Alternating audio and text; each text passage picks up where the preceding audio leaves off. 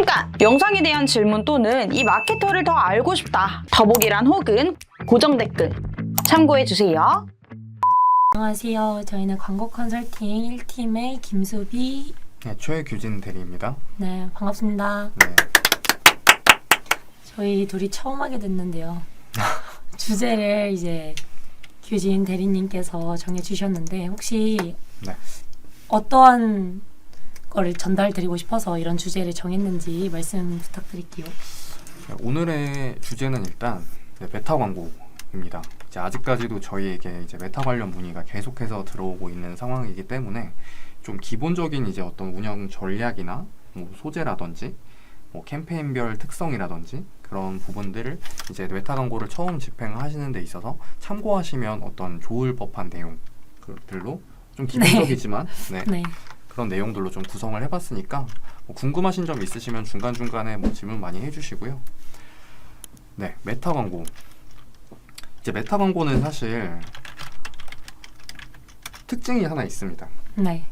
네, 머신러닝이 굉장히 똑똑한 편이다. 네, 되게 아련해가지고. 네. 네. 네, 이제 메타 광고를 진행을 하시면은 이제 이 머신러닝을 이제 빼놓을 수가 없는데 사실. 네, 그렇죠. 이제 광고 최적화를 이제 계속해서 머신러닝 기반으로 찾아가는 구조라고 좀 생각을 해주시면 돼요. 그래서 이제 어떤 네이버 GFA나 뭐 구글 GDN이나 이런 다른 플랫폼들에 비해서 굉장히 이제 똑똑하기로 좀 유명합니다. 네. 그래서 이제 사실 이런 DA 광고를 진행을 하실 때 검색 광고처럼 캠페인을 이제 뭐 시간대별로 껐다 켰다 하는 이런 전략적인 운영이 좀 들어가잖아요. 사실 검색 광고 그렇죠. 같은 경우는. 네. 근데 이제 메타 광고 같은 경우는 머신러닝이 이제 한번 활성화되면 캠페인을 이제 끄지 않고 진득하니 이제 계속 키고 운영을 하시는 게 이제 좋으세요. 이제 왜냐하면은 이제 중간에 껐다 켰다 이렇게 하게 되면은 이제 머신러닝이 다시 학습하는 시간을 거쳐야 되거든요. 네, 맞아요. 네. 그래서 사실 이 머신러닝이 뭔지 좀 그럼 수비 대리님께서 좀 간략하게 설명을 좀 해주실 수 있나요? 그 머신러닝은 일단 그 광고를 세팅을 다 마치고 소재 등록한 이후에 네. 돌아가게 되는 이제 머신러닝이라고 하는데 이제 머신러닝이 그때 돌아가는데 이제 알고리즘을 이용해가지고 데이터를 분석하고 그 분석한 결과를 이제 스스로 학습하게 되는 그런 기능이에요. 그래서 그런 걸 통해서 어떤 고객한테 어떤 소비자들한테 더 노출을 시키면 더 도움이 되는지 더 효과적일 수 있는지 그런 거를 판단하고 예측할 수 있게끔 도와주는 그런 겁니다.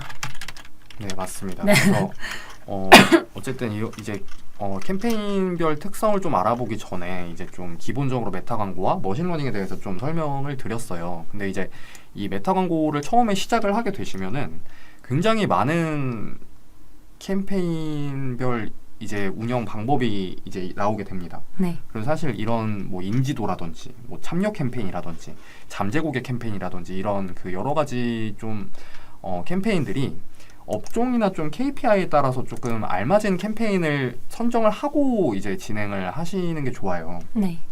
그래서 사실 이런 업종별로 이제 어떤 캠페인을 좀 운영을 하시면 좋을지에 대해서 좀 설명을 드릴 건데 일단 첫 번째로 이제 인지도 캠페인이 있습니다. 이 인지도 캠페인이 뭔지 좀 수비 대리님이 한번 설명해 주시겠어요?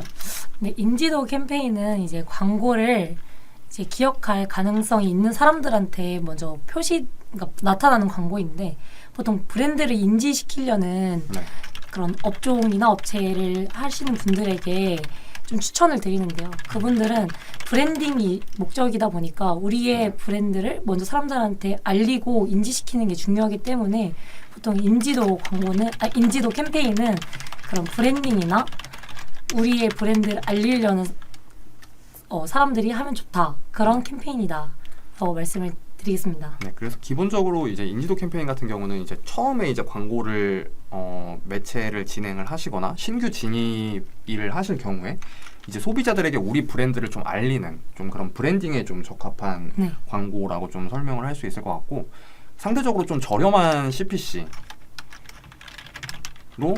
많은 사람들에게 노출이 가능하다라고 좀 정리를 해볼 수가 있을 것 같아요. 네. 네, 그래서 그 다음에 이제 나오는 캠페인이 이제 트래픽입니다. 트래픽 캠페인. 많이 들어보셨죠, 트래픽 캠페인? 네. 네, 트래픽 캠페인이 좀 어떤 캠페인인지 좀 설명을 일단 좀 해주시겠어요? 트래픽 캠페인은 일단 가장 많이 사용하시는 캠페인인 것 같아요. 그래서 일단 방대한 가장 노출을 타겟 이제 방대한 노출을 통해서 광고를 이제 이 클릭이 일어난 사람들한테 데이터를 쌓기 위해서 보통 이제 초보나 아니면 이제 막 광고를 하시는 분들에게 많이 추천을 드리고 이제 사람들한테 우리의 광고를 보여주면서 트래픽을 쌓는다. 이게 목표일 수 있어요. 그래서 고객이 유입하고 그 방문자 모수를 쌓는 데 용이한 캠페인이라고 말씀드리고 싶습니다.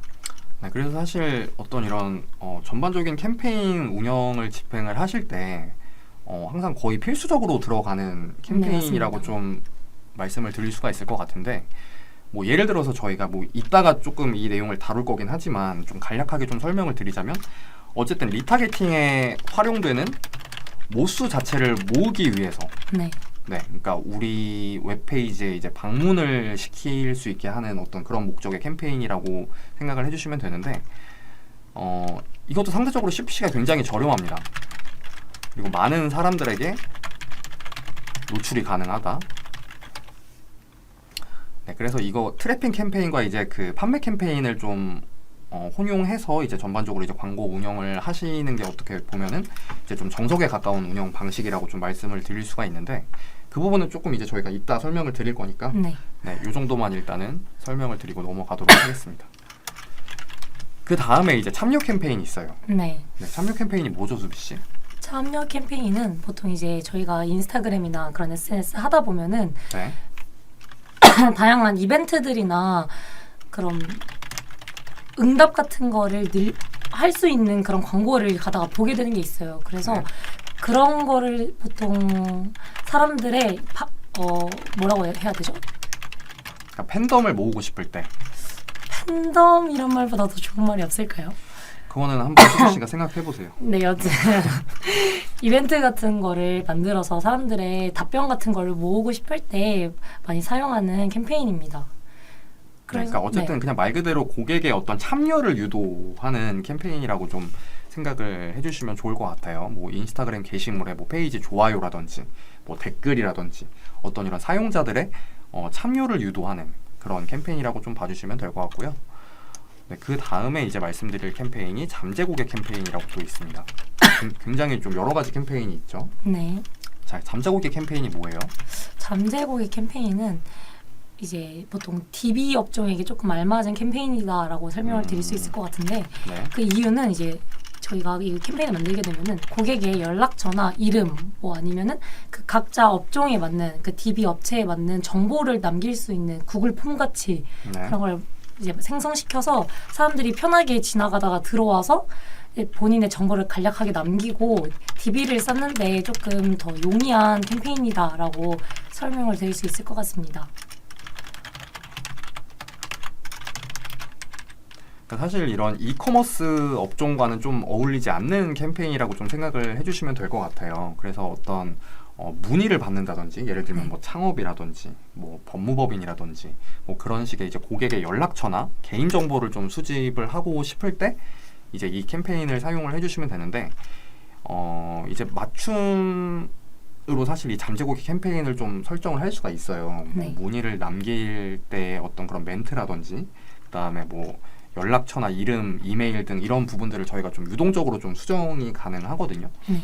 그래서 이커머스 업종보다는 좀 고객 DB 데이터를 수집하고 싶을 때 사용을 하는 캠페인이다 라고 좀 간략하게 좀 설명을 드릴 수 있을 것 같아요.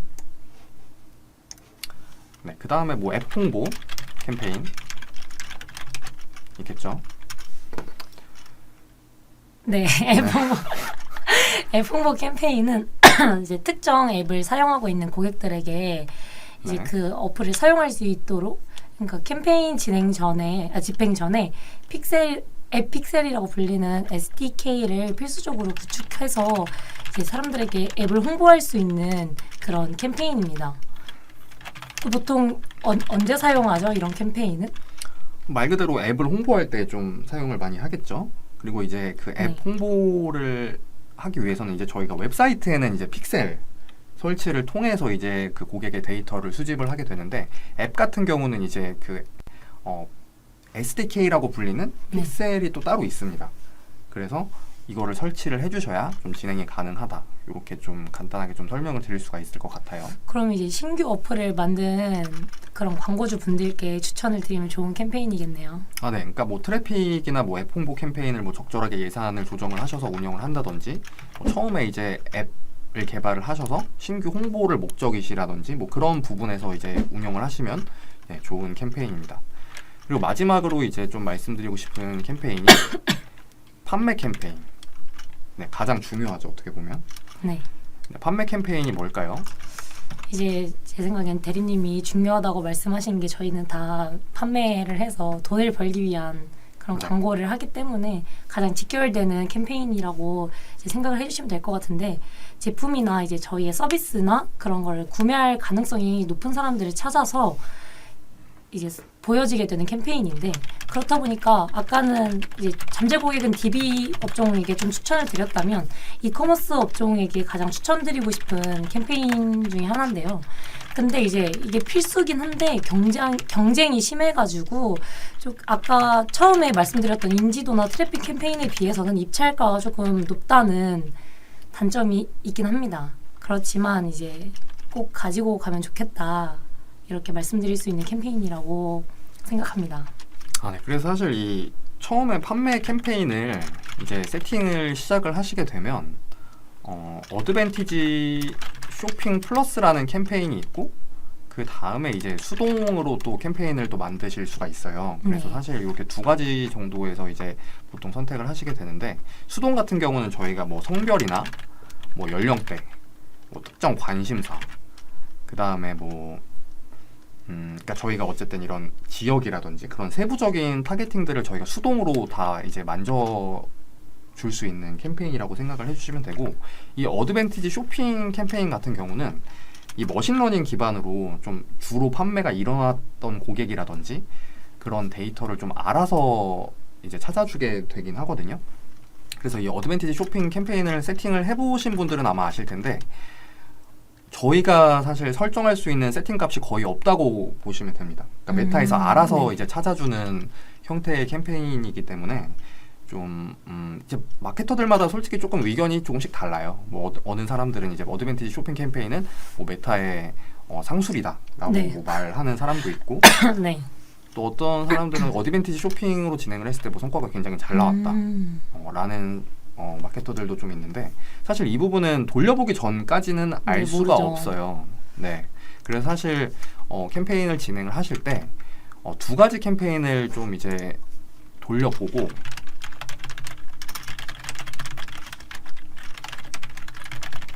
동시에 진행을 하되 이제 성과가 잘 나오는 캠페인이 분명히 있습니다. 네. 그래서 그 캠페인에 좀 예산을 집중을 해주시는 게 좋아요. 네. 그럼 이제 이런 거를 집중하려면은 성과를 분석하는 것도 중요한 것 중에 하나겠네요. 맞습니다. 네, 그래서 네. 지금 유리킹님이 댓글을 좀 남겨주셨는데, 5시 반 넘으면 전화로 궁금한 거 물어봐도 되는 건가요? 네. 물론입니다. 네, 전화 주시면은 저희가 좀 친절하게, 특히 김수비 대리님이 좀 친절하게 상담을 주실 수 있을 것 같아요. 네, 댓글로 물어보셔도 되고, 아니면 저희가 전화 상담을 시작한 지 얼마 안 돼가지고 전화 상담도 괜찮으시면 네. 가능한 부분입니다. 네. 그래서 이제 정말 이제 기본적인 캠페인이 어떻게 되어 있는지 좀 이런 설명을 좀 드렸어요, 일단. 그래서 이제 그러면 이제 캠페인은 알겠고, 이제 전반적으로 이제 메타 광고를 집행을 하려면 어떻게 좀 진행을 하는 게 좋을까요? 라고 이제 네. 문의가 많이 들어오잖아요. 네, 그렇죠. 네, 그래서 이제 좀 전반적인 광고 흐름에 대해서 조금 이제 말씀을 드리려고 합니다. 네, 그래서 일단 첫 번째로 저희가 어쨌든 가장 중요한 메타 광고를 진행할 때 가장 필수적인 게 사실 이 메타 픽셀이잖아요. 네, 맞습니다. 네, 그래서 이 메타 픽셀이 좀 뭔지 좀 대략적으로 좀 설명을 해주시겠어요? 일단 메타 픽셀 같은 경우에는 자사 홈페이지를 꼭 가지고 계셔야 되는데, 거기에 이제 저희가 웹사이트 내에 심을 수 있는 개발 코드라고 일단 간단히 생각하시면 될 것 같아요. 그래서 일단 이 메타픽셀을 설치하시면은 우리 홈페이지에 어떤 고객이 들어와서 어떤 행동을 했는지 이런 걸 수집할 수가 있고, 저희가 이런 뭐라고 하죠? 데이터를 보고 이제 어떤 사람이 들어와서 어떤 행동을 했는지, 뭐 장바구니 넣었는지, 어느 페이지에서 이탈했는지, 아니면 이탈하지 않았는지, 뭐 얼마나 지속했는지 이런 것들을 기본적으로 볼 수 있고, 그래서 이 픽셀을 통한 데이터로 저희가 또 캠페인을 따로 만들어서 이걸 사용할 수 있어요. 근데 제가 말하는 것과 다르게 좀 적고 계신데 네, 이거 말씀드리면 네. 데이터를 확인할 수 있는 데이터 주머니라고 표현을 하시나 봐요. 교신 대리님께서는. 네. 네. 사실 뭐 정말 쉽게 설명드리면 그냥 데이터 주머니라고 생각을 해주시면 돼요. 그래서 이 픽셀 설치가 만약에 안 되어 있다라고 하면은 데이터 수집이 좀 어려운 부분이 있기 때문에 꼭 광고 집행 전에 이제 뭐 카페24라든지 뭐 고도몰이라든지 네. 이런 그 웹 호스팅사를 통해서 이제 설치를 해주시고 시작을 하시면 됩니다. 그럼 이제 메타픽셀 설치가 됐어요, 만약에. 네. 네, 그래서 픽셀 설치를 하면은 이제 메타 광고 세팅을 하고 이제 운영을 하실 준비를 해야겠죠. 그래서 좀 기본적으로 좀 어떻게 생각을 해주시면 좋을지를 좀 설명을 드리면, 메타 광고는 이제 좀 탑다운 방식이라고 저는 좀 설명을 많이 드리는 편이에요. 그래서 네. 좀 이제 타겟을 최적화해 나가는 과정이라고 생각을 해주시면 되거든요. 그래서 좀 V자로 말씀을 드릴 수가 있는데, 이 탑다운 방식이 그래서 뭐냐? 그러면은 이제 사실 저희가 이제 메타 광고를 진행을 하기 전에는 뭐 업종이나 뭐 어떤 제품군이나 사실 이게 어떠한 고객들한테 반응이 좋을지는 모르는 거예요, 사실. 그렇죠. 광고를 돌려보기 전까지는. 그래서 어떠한 성별, 연령대, 관심사를 가진 타겟에게 효율이 좋을지 모르기 때문에 처음에는 이제 최대한 넓은 거의 논타겟 수준의 타겟으로 이제 운영을 하면서 이제 데이터를 기반으로 좀 성과가 좋은 타겟을 점점 찾을수록 좁혀나가는 방식이라고 생각을 해주시면 되거든요. 그래서 이렇게 V자로 굉장히 처음에는 넓게 이제 타겟을 잡았다가 우리 제품이 만약에 뭐 미니스커트예요. 근데 미니스커트가 광고를 돌려보니까 뭐 3, 40대 여성에게 네. 가장 구매 전환이 일어났어요. 잘 일어난다. 그러면 이제 그때부터 이제 타겟을 점점 좁혀 나가면서 이제 캠페인의 네. 예산을 이런 타겟에 몰아준다든지 하는 식으로 이제 운영을 하시면 되는데, 네. 그러면 이제 아까 저희가 좀 말씀드리긴 했는데, 사실 정답에 가까운 운영이 트래픽 캠페인으로 데이터 수집, 그 다음에 판매 캠페인으로 리타겟팅 하는 게 좀 정답에 가까운 운영이라고 저는 좀 생각을 하는데, 네. 그러면 이제 트래픽 광고를 돌리기 전에 미니스커트를 저는 좋아하진 않는데 네, 제가 예시로 네, 이제 미니스커트 좋아하시나요? 저는 별로 안 좋아해요. 별로 안 좋아하세요? 네. 바지 좋아하시나요? 네. 네, 알겠습니다. 네, 그래서 그러면 네. 트래픽 캠페인을 돌리기 전에 좀 어떻게 세팅을 좀 먼저 진행을 하셔야 되냐. 그래서 사실 메타에는 맞춤 타겟과 유사 타겟이라는 게 있어요. 네. 그래서 캠페인 진행 전에 꼭 이거를 생성을 하고 이제 캠페인 운영을 하셔야 됩니다. 근데 많은 분들이 조금 놓치고 계시는 부분이 있어서 저희가 좀 추가적으로 좀 설명을 드리려고 해요. 네. 근데 어쨌든 아까 저희가 말씀드렸을 때 트래픽 캠페인을 운영을 하면서 저희가 이제 데이터를 수집을 한다고 말씀을 드렸잖아요. 네. 근데 이제 맞춤 타겟, 이 맞춤 타겟을 어쨌든 만드셔야지 이 맞춤 타겟이라는 걸 쓸 수가 있는데, 맞춤 타겟이 그렇죠. 뭔지 좀 수비 씨가 좀 설명을 해주시겠어요? 일단 맞춤 타겟은 저희 아까 자사 홈페이지나 아니면 SNS 계정이 다들 있으실 텐데, 인스타그램이나 페이스북 페이지 계정을 통해서 우리 페이지에 방문한 고객이나 우리의 광고를 클릭한 사람들 혹은 우리의 영상 등을 이제 재생한 사람들, 그런 데이터를 수집해서 맞춤 타겟이라고 저희가 생각할 수 있어요. 일단 우리의 광고나 페이지에서 어떠한 행동을 보인 사람들이라고 생각할 수 있는데, 이제 그런 거를 모수를 쌓아서 저희가 활용하는데 가장 필수적인 타겟이라고 네, 생각하면 됩니다. 그래서 사실 이 맞춤 타겟도 굉장히 그 마케터의 입맛에 따라서 굉장히 유동적으로 좀 설정이 가능하잖아요. 그래서 사실 이 맞춤 타겟을 그래서 어떻게 만들어야 돼? 라고 좀 여쭤보시는 분도 계실 것 같아요. 그래서 좀 예시를 들어주시겠어요? 맞춤 타겟을 어떻게 만들면 좀 좋을지에 대한? 예시로 이제 간단히 설명을 드리면은 우리 페이지에 방문은 했지만 구매는 하지 않았어요. 그냥 구경만 했어. 그런 고객이나 아니면은 뭐 90일 내에, 그러니까 3달 내에 우리 장바구니에 제품을 담은 고객, 이런 사람들을 저희가 이렇게 나눠가지고 이런 고객도 있고 이런 고객도 있고, 그래서 그 기간 안에 저희가 어떠한 행동을 했다, 이런 고객들을 네, 맞춤 타겟에서 모수로 가져갈 수 있습니다. 그래서 사실 세팅을 하시게 되면은 포함됨과 포함되지 않음 이렇게 나눠져 있는데, 그러니까 포함됨에서는 뭐 180일 동안 우리 웹페이지 방문자, 그럼 포함되지 않음에 마이너스 구매,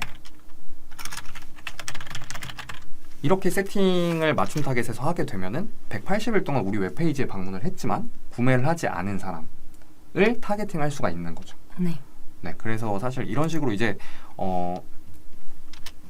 저희가 이제 이런 날짜를 유동적으로 설정을 할 수가 있어요. 근데 이런 어떤 업종이나 뭐 캠페인의 특성이나 그런 부분에 따라서 이런 날짜를 좀 유동적으로 좀 설정을 해주셔야 되는데, 이 날짜가 지나게 되면은 맞춤 타겟을 더 이상 사용을 하지 못합니다. 네, 그래서 30일 이렇게 하나만 해주는 게 아니라 30일도 해주고 맞춤 타겟, 60일도 해주고 뭐 90일도 해주고 120일도 해주고, 이런 식으로 좀 여러 개를 최대한 많이 해놓는 게 나중에 이제 캠페인을 계속 집행을 하시게 될 거라면 좀 유리하다고 말씀을 드릴 수 있을 것 같고, 이 부분을 생각보다 조금 모르시는 분들도 간혹가다 계시더라고요. 그래서 네. 그 본인이 정해놓은 일수가 지나게 되면 그 맞춤 타겟은 더 이상 사용을 하지 못합니다. 네, 그래서 그 부분을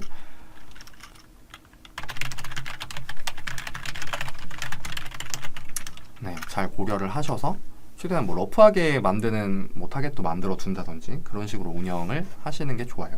그럼 기간을 잘 생각해가지고 네. 잘 활용하는 게 중요하겠네요. 네, 맞습니다. 뭐 예를 들어서 창업이라고 좀 예를 들어서 설명을 드리면, 사실 기간이 너무 많이 지나버리게 되면은 창업을 한 사람들은 한두 달 내에 창업 아이템을 보통 이제 찾을 거라고 네. 좀 생각을 하거든요. 네네. 근데 이제 예를 들어서 시간이 너무 오래 지난 맞춤 타겟을 사용을 해버리면 그 사람들은 이미 이제 창업 아이템 같은 부분들을 다 많이 찾았을 가능성이 높기 때문에 이제 그렇죠. 광고 효율이 좀 나오지 않을 수가 있겠죠. 네. 네. 이제 업종이나 그런 업체에 따라서도 이 일수를 정해가지고 하는 게 중요할 것 같네요. 네, 맞습니다. 그러면은 그 다음에 이제 나와야 될 거, 맞춤 타겟이 나왔어요. 그럼 뭐가 나와야 되죠? 혹시? 이제 유사 타겟이 나와야 되죠. 네. 이 유사 타겟이 뭔가요? 이제 유사 타겟은 아까랑 다르게 실제로 행동을 이제 한 사람들이라고 생각하면 될 것 같은데, 잘못 말한 네, 것 같아요. 네. 네. 네. 유사 타겟이 뭐냐? 맞춤 타겟을 저희가 만들었어요. 맞춤 타겟을 만들었죠. 그러면은 이 맞춤 타겟의 그러니까 맞춤 타겟에 저희가 쌓은 모수와 유사한 타겟. 네, 그래서 이 맞춤 타겟별로 이제 유사 타겟을 생성이 가능하거든요. 그래서 이 유사한 타겟을 이제 퍼센티지를 좀 조정을 하면서 1%에서 10%까지 이제 이렇게 유사 타겟을 만들 수가 있거든요. 네.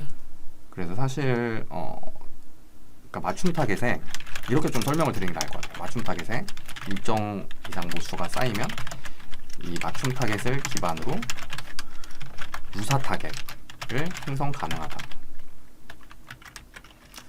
그럼 사실 이 1%랑 10%까지 있는데 네. 그 1%가 어떻게 보면은 이 맞춤 타겟에 가장 근접한 제일 유사한 타겟이라고 생각을 하시면 되고, 10%가 이제 가장 1%에서 10%의 이 타겟군 중에서는 가장 관련이 없다라고 생각을 해주시면 되는데, 네. 이게 사실 저희가 예산이 한정되어 있는 부분이 많잖아요. 사실 네, 그렇죠. 모든 광고주분들께서 어쨌든 공감을 하실 텐데 이 맞춤 타겟으로만 사실 광고를 집행을 하려면 예산이 좀 굉장히 크셔야 되는 부분이 있으세요. 네. 왜냐하면 이 모수 그 쌓인 모수를 기반으로 리타겟팅을 진행을 하시게 되면은 굉장히 많은 모수가 필요하거든요. 그래서 사실 필요한 게 이 유사 타겟이죠. 그죠. 저희와 저희 제품이나 서비스와 비슷한 곳에서도 어떤 행동을 해서 비슷한 사람들에게 보여지게 되기 때문에 그렇게 말씀을 하신 것 같아요. 근데 유사 타겟은 맞춤 타겟 기반으로 해서 이제 페이스북에서 자동으로 생성해 주잖아요. 네. 네. 그래서 우리 브랜드랑 관여하지 않은 유저임에도 그런 리타겟팅 모수로 생성할 수 있다고 설명을 주신 것 같습니다. 네.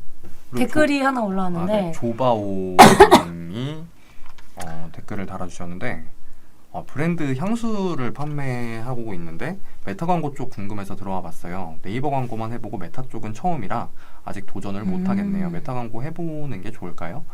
이렇게 말씀을 해주셨는데 대리님 생각은 어떠세요? 저는 네. 메타 광고 하셔야 된다고 생각합니다. 네. 네, 그러니까 이제 사실 검색 광고 지금 하시는 것 같은데 검색 광고는 저희 팀장님 항상 하시는 말씀 있죠. 소비자의 직관적인 니즈. 네. 가 들어가기 때문에 물론 뭐 전환율 자체가 좀 높을 수는 있지만 네. 경쟁사와 경쟁을 해야죠. 그렇죠. 네, 경쟁사와 경쟁을 네. 해야 되고 이제 입찰가도 계속 만져줘야 되고 그런 부분이 있지만 디스플레이 광고, 메타 광고 같은 경우에는 이제 소비자에게 1대1로 노출 가능한 어쨌든 장점이 있잖아요. 네. 그래서 그 어떤 종류의 향수인지는 모르겠지만 그 지금 판매를 하고 계시는 제품의 어떤 소구점들을 소재에다가 잘 녹여서 이제 메타 광고 신규 진입을 진행을 해보셔서 그 다음에 캠페인별 뭐 예산을 얼마나 썼을 때 광고 성과는 얼마 정도 나오고 그런 부분을 좀 테스트를 진행을 해보시고 이제 집행을 하시는 게 좋을 것 같습니다. 혹시 그러면 지금 네이버에는 예산을 어느 정도 쓰고 계세요? 지금 조바원님께 여쭤본 거죠? 아, 그렇습니다. 네. 이제 답변을 해주실 때까지. 네. 그러니까 이 유사 타겟은 실제로 행동을 우리 웹사이트에서 발생시킨 유저와 비슷한 유저라고 생각하시면 됩니다. 그러니까 이 비슷한 유저라는 말은 그러니까 실제로 우리 웹사이트에 들어오진 않았어요. 하지만 우리 웹사이트에서 어떤 특정 행동 그리고 제가 맞춤 타겟을 만들어 놨잖아요. 뭐 장바구니라든지 뭐 우리 광고를 클릭한 고객이라든지 이런 그러니까 우리 웹사이트에 직접 들어오진 않았지만 특정 행동을 하진 않았지만 그거와 비슷한 타겟을 이제 메타에서 데이터를 기반으로 네. 좀 만들어 준다고 생각을 하시면 됩니다. 그래서 아까 설명 좀 드리긴 했는데 예산 1예산 50만 원이요. 네이버 안에서 그러면은 굉장히 크시네요. 업체 규모가 50만 원이면 한 달에 얼마죠? 1예산 50만 네, 원이구나. 1예산 50만 원. 저는 월예산이라고 봐가지고 크다고 해서 약간 당황했는데 갑자기 수비 씨 한박 웃음 지으시는데. 네. 아닙니다. 네. 그러면은 저 같으면 굳이 일단은 이게 마케터마다 다를 수 있지만 저 같으면 일단 1예산 50이니까 이거를 전부 다 검색 광고에 쓰기보다는 조금 나눠서 메타에도 어머 이렇게 박제를 하시 메타에도 좀 쓸 것 같다. 왜냐면 아까는 조금 대리님 말씀해주신 것처럼 저도 그걸 동의하고 또 더 나아가서 이 메타를 사용하시는 연령대 자체가 뭔가 향수를 구매하시는 소비자 연령층이랑 비슷할 거라고 제 개인적인 생각이 있기 때문에 이제 1대1로 보여지는 그런 DA 광고인 것도 장점이지만 그 연령대를 생각해 봤을 때 또 이런 아까 계속 설명드린 이런 유사 타겟, 맞춤 타겟 이거까지 노린다면 방금 전에 나 향수 보고 왔는데 여기 딱 뜨면 한 번 더 들어가 보지 않을까 하는 마음에 검색 광고랑 메타랑 같이 하시면 더 광고 효과가 뛰어날 것 같다라고 저는 생각합니다. 그래서 사실 이런 어쨌든 광고주분들께서 이 뭐 뷰티 업종이라든지 이런 다양한 업종으로 좀 문의를 많이 주시는데 사실 그런 어떤 뷰티 업종이라면 뷰티 업종, 네. 뭐 패션이라면 패션 업종만의 어떤 이런 레퍼런스가 좀 있는 대행사를 좀 선정을 하시는 게 좋을 것 같아요. 사실 저희도 뭐 뷰티 업종에서 성과를 낸 경험들도 많기 때문에 뭐 라이브가 끝나고 저희의 레퍼런스가 궁금하시다고 하면은 저희가 또 따로 뭐 메일이나 뭐 그런 부분을 통해서 좀 전달을 드릴 수 있을 것 같고, 저는 메타 광고 신규 진입으로 진행을 하신다라고 하면은 굉장히 좋을 것 같습니다. 혹시 그 인스타그램 계정도 운영을 하고 계신가요?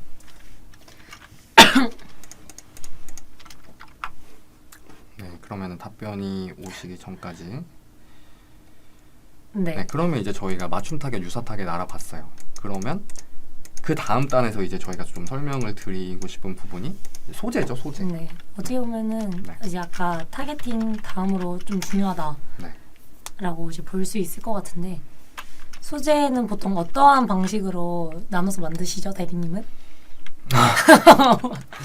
소재는 인스타 운영하고 계시면 제가 아까 말씀드렸다시피 이제 우리 이제 인스타그램 뭐 방문한 사람이라든지 뭐 좋아요를 누른 사람이라든지 뭐 그런 타겟으로 이제 좀 맞춤 타겟 설정도 좀 가능한 부분이고, 그리고 지금 네이버를 그렇게 큰 예산으로 돌리고 계신다고 하면은 이제 뭐 어떠한 성별과 그 연령대를 가진 사람들에게 좀 성과가 잘 나왔는지에 대한 데이터도 어느 정도는 넉넉하게 그쵸. 가지고 계실 테니까 그런 타겟을 좀 활용해서 이제 메타 광고로 좀 가져와서 좀 그 조바오님이 지금 판매하고 계시는 향수의 좀 어떤 소구점들을 좀 잘 잡아서 이제 운영을 하신다면 괜찮은 성과를 좀 기대해 볼 수도 네. 있을 것 같습니다. 그럼 그거랑 이어서 설명드리면 될 것 같아요. 소재 설명을. 네. 그래서 네. 소재 같은 경우는 크게 이제 세 가지로 나눌 수가 있는데, 첫 번째가 이제 프로모션 소재. 네, 프로모션 소재가 어떤 거죠, 수비 씨? 프로모션 소재라고 하면은 보통 이제 할인이나 네. 아니면 뭐 증정해준다 네. 이런 행사 같은 거를 말씀드릴 수 있는데, 뭐 저희 가장 흔하게 보이는 몇 % 할인 아니면 한 개 사면 한 개 더 준다, 네. 이제 보통 이런 거를 많이 행사를 진행하셔서 네. 네, 프로모션을 만들죠. 그래서 이번에 연말, 새해, 설날 이런 이슈들이 있으니까 그런 거에 맞춰서 행사 관련된 소재를 많이 제작을 하시더라고요. 네, 그래서 행사 관련된 소재다라고 말씀드리겠습니다. 네. 그래서 사실 이 두 번째로 말씀드릴 수 있는 부분은 이제 브랜드 소재. 네, 브랜드 소재는 뭐 예를 들어서 뭐 나이키, 뭐 쿠어라든지 네, 패션 브랜드. 네. 네, 그런 식으로 이제 브랜드를 강조한 소재가 두 번째가 될 수 있고, 그다음에 이제 마지막으로 이제 뭐 기능이나 상품성 같은 소재를 또 사용을 하실 수가 있어요. 뭐 예를 들면 뭐 패션 브랜드로 좀 예를 들어서 설명을 드리면 뭐 캐시미어 소재라든지 뭐 유니크한 디자인이 될 수도 있고, 뭐 이제 이런 저는 그런 거 생각나는 것 같아요. 아이들을 위한 용품이면 네. 안전하다. 우리 네네. 뭐 아이들 젖병 같은 거 되게 예민하게 고르시니까 우리는 뭐 어디 인증받았고 뭐 편리하게 세척할 수 있고 이런 기능성을. 김수비 대리님께서 저번에 전화로 연락 주셔서 궁금해서 한번 들어와 봤어요. 상담 좀 받고 싶습니다. 네. 그러면은 이제 저희 라이브 끝나면은 김수비 대리님께 또 이제 뭐 전화로 편하게 좀 문의 주시면은 좀 상세하게 설명 드릴 수 있을 것 같아요. 알겠습니다.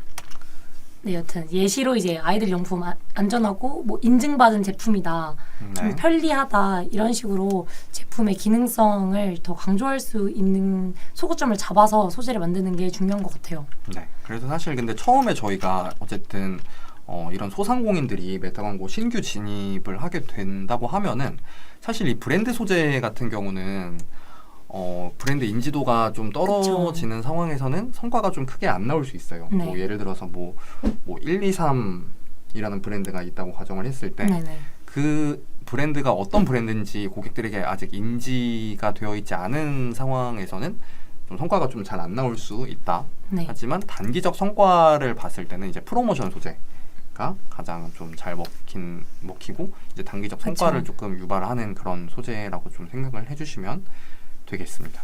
근데 여기서 덧붙여서 제가 말씀드리고 싶은 게 이제 아까 말씀 주신 것처럼 신규 브랜드 같은 경우에는 이 2번 소재가 조금 성과가 떨어질 수 있다라고 생각을 하는데 이제 그럴 때 저는 우리의 제품 중에 가장 뚜렷하게 나타낼 수 있는 우리의 브랜드에서 대표 상품이다.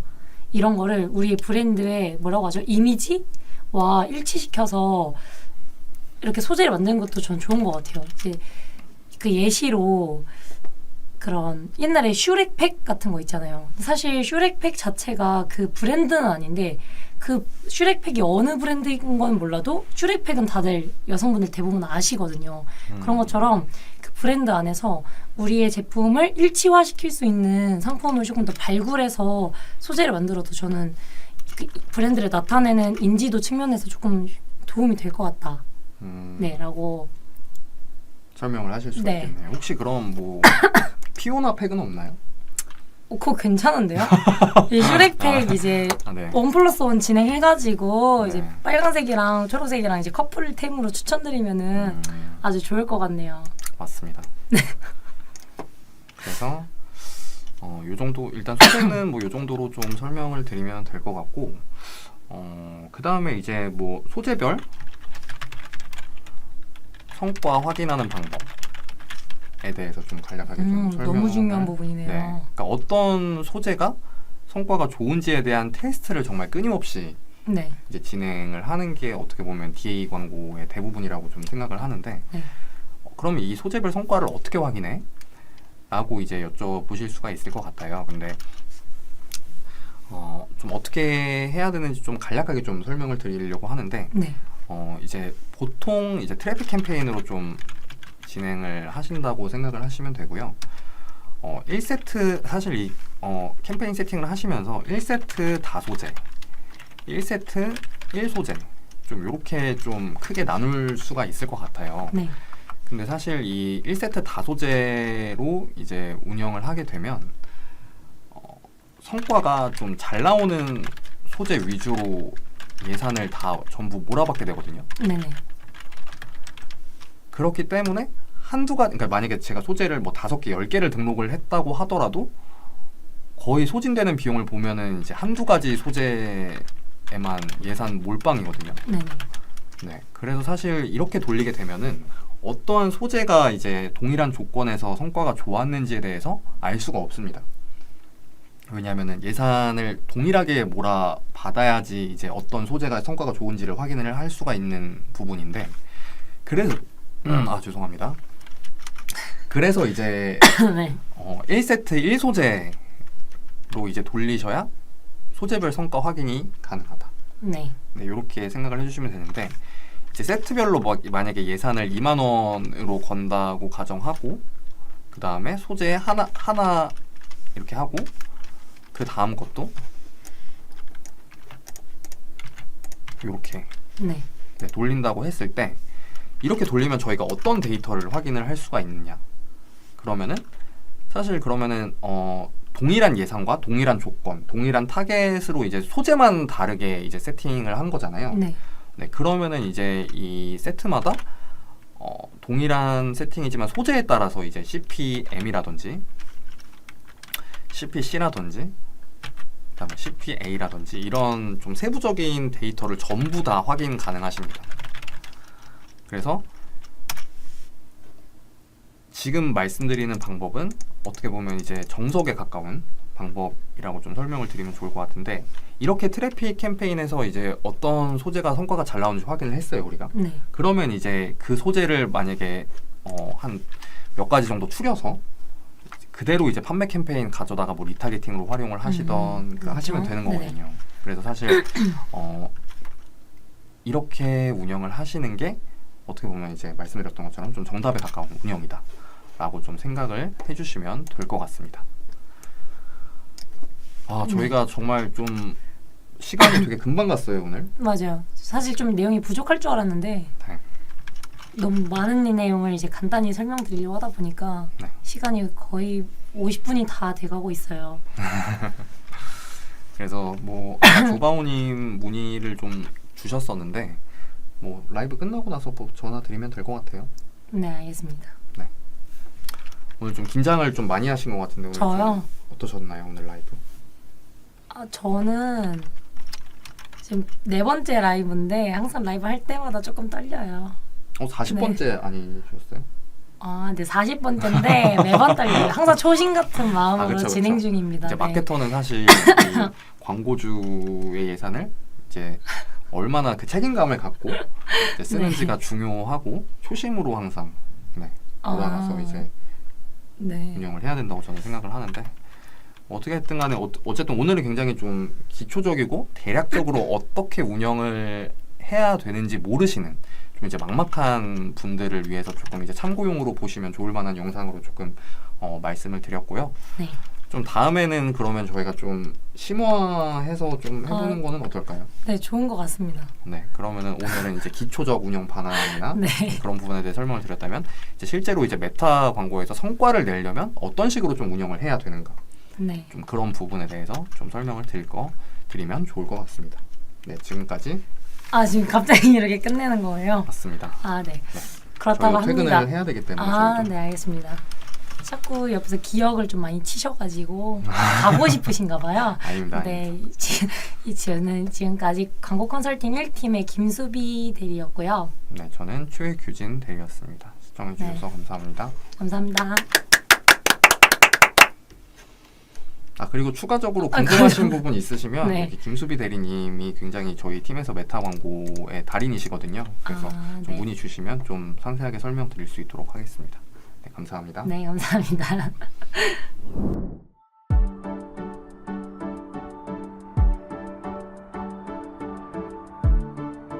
구독과 좋아요는 컨텐츠 제작에 힘이 됩니다.